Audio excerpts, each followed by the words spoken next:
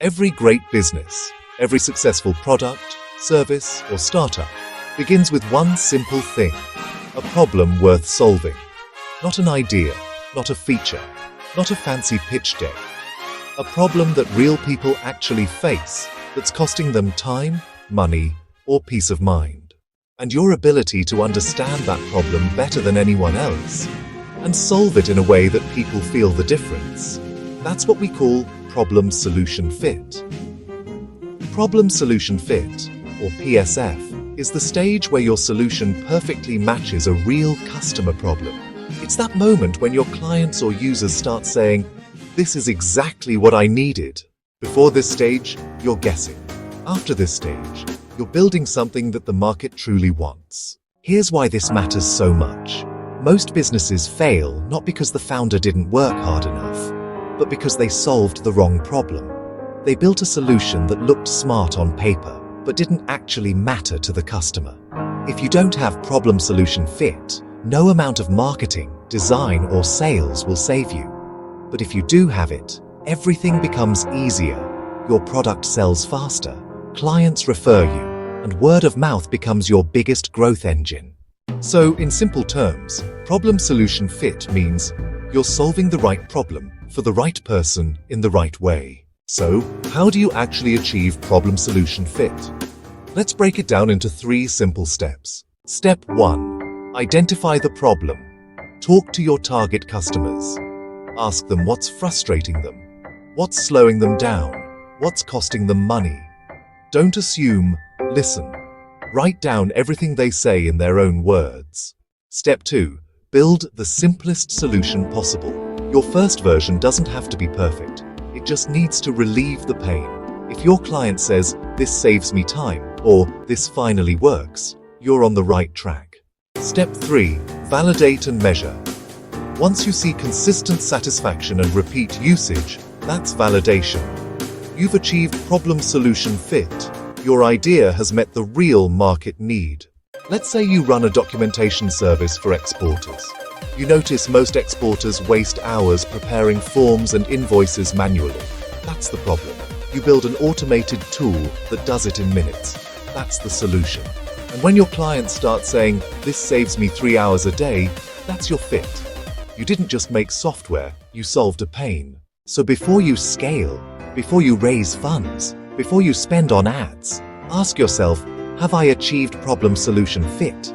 Because everything after that, marketing, growth, funding, even going global, becomes much easier once you've nailed this first step.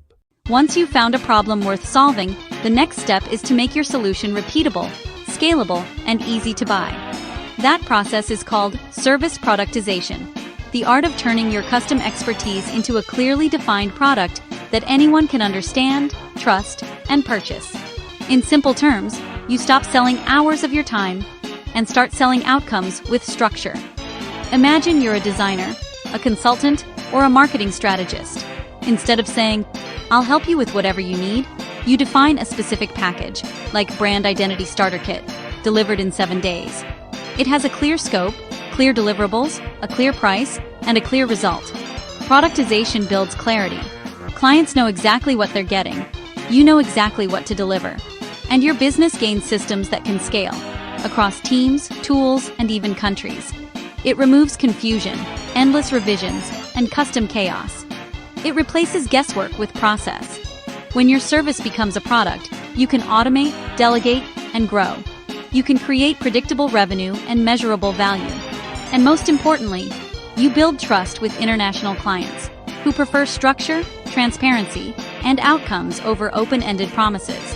Service productization is what turns skill into a business and a business into a brand. It's the bridge between problem-solution fit and global scalability.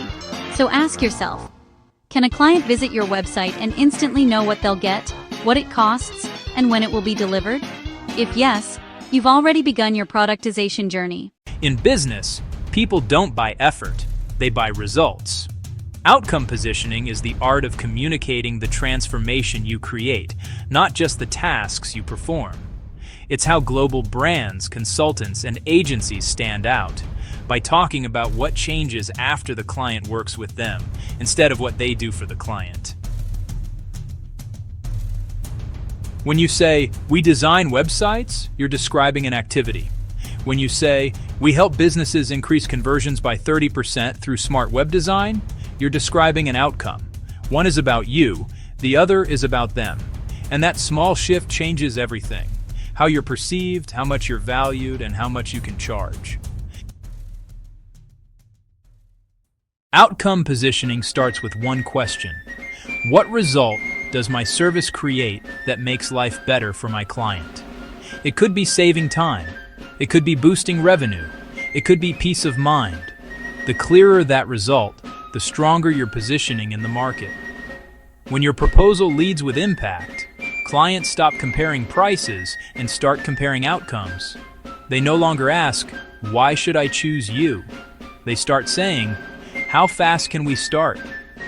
Value perception up, price sensitivity down.